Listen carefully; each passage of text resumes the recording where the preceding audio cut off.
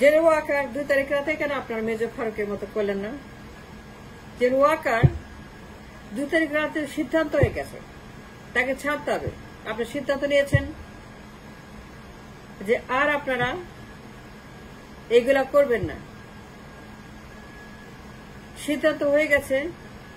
তার fate of আর পাওয়ার আপনি বলেছেন আর কোন গুলি আপনারা চালাবেন না, দিবেন না, এটা বন্ধ করতে হবে, আর কোন মানুষ মরবে না। সিদ্ধান্ত হয়ে গেছে অলরেডি 2 তারিখ রাতে। তাহলে পরে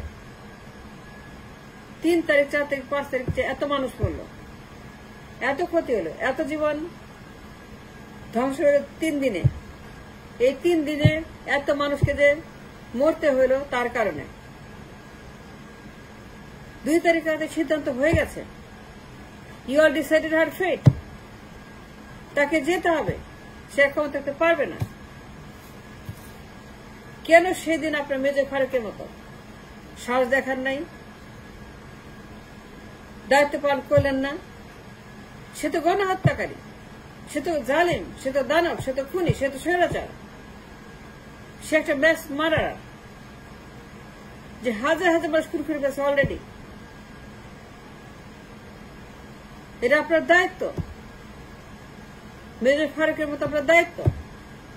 মেজর ফারুক যা করছে দেশের প্রয়োজনে, রাষ্ট্রের প্রয়োজনে, জীবনের প্রয়োজনে, মানুষের প্রয়োজনে, মেজর ফারুক যা যা করছে সেই দিন সেটা আপনার করা উচিত ছিল। কেন করেন নাই? লেন্দি করলেন কেন? কন্টিনিউ করলেন কেন? 2 তারিখে সিদ্ধান্ত হয়ে গেছে, তার সঙ্গে না আপনারা তাকে বলে দিয়েছেন, সিদ্ধান্ত নিয়েছেন মিটিং করে তাকে যেতে হবে ক্ষমতা থেকে, আপনারা আর তার সঙ্গে নাই। Her fate was decided by all of you in the cantonment meeting 2 তারিখ রাতে, and you all agreed on one thing, তাকে যেতে হবে। সেই দিনই কেন আপনার দায়িত্ব অনুযায়ী it was a duty to finish the job, কিন্তু করেন নাই। না করার কারণে কি হয়েছে? 3 তারিখ 4 তারিখ পরে অনেক মায়ের বুক খালি হয়েছে আপনাদের অবহেলার জন্য, দায়িত্বহীনতার জন্য। দায়িত্ব পালন করেন নাই। কেন 2 তারিখ রাতে তাকে থামিয়ে দিলেন না? যা করার করলেন না।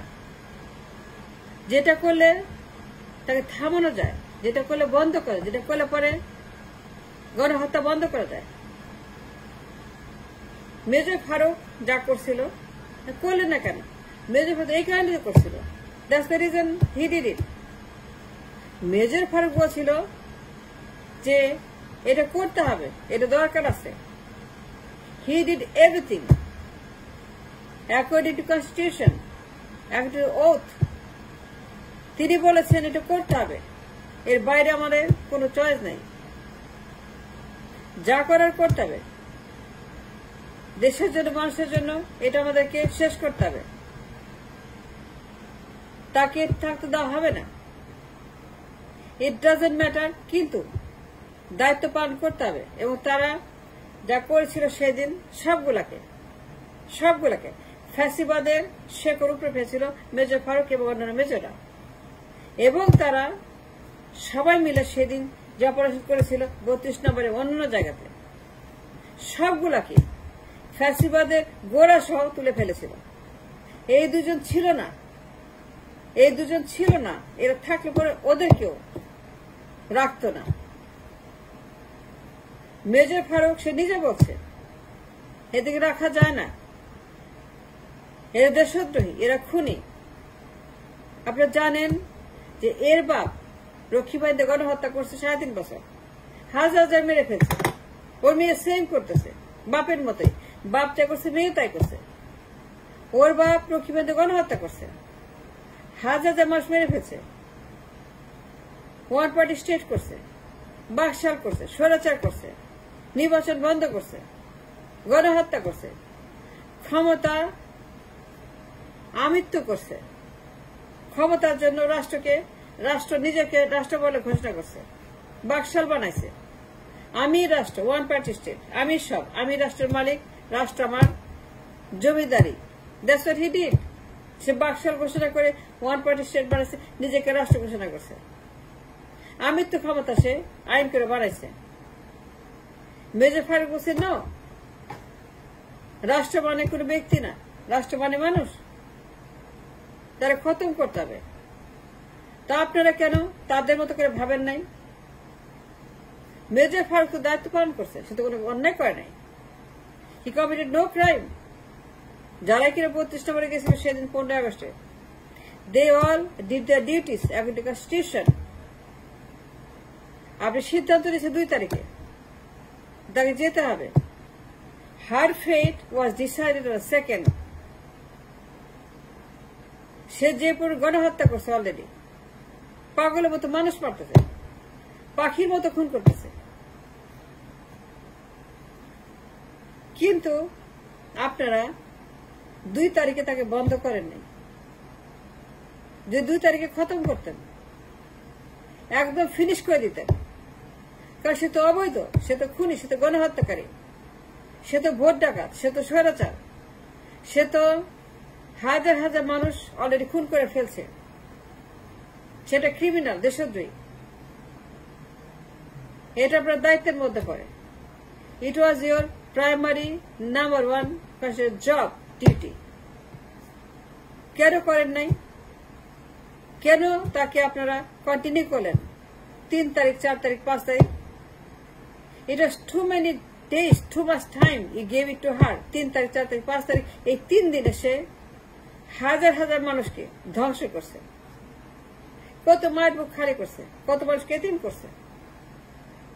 যদি আপনার মেজর ফারুকের মতো দেশপ্রেমিক হইতেন, দায়িত্ব পালন করতেন, যদি একে আপনার খতম করতেন মেজরের মতো, যে বলছিল আগে মানুষ, আগে দেশ, আমরা ব্যক্তির সেবা করি না, মানুষের সেবা করি। এটা জালিম, এটা দানব, এটা খুনি, এটা গণহত্যাকারী, এটা বাকশালে, স্বৈরাচার। ওই 2 জন থাকলে ও যাইত। এই 2 জন জামায়াতে ছিল, সেজন্যই তারা বেঁচে গেছে। তারপরে তো উচিত হয় নাই।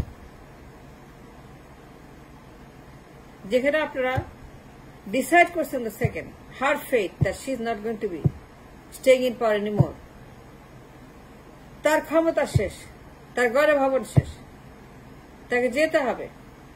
That was the ultimate decision, the 2nd।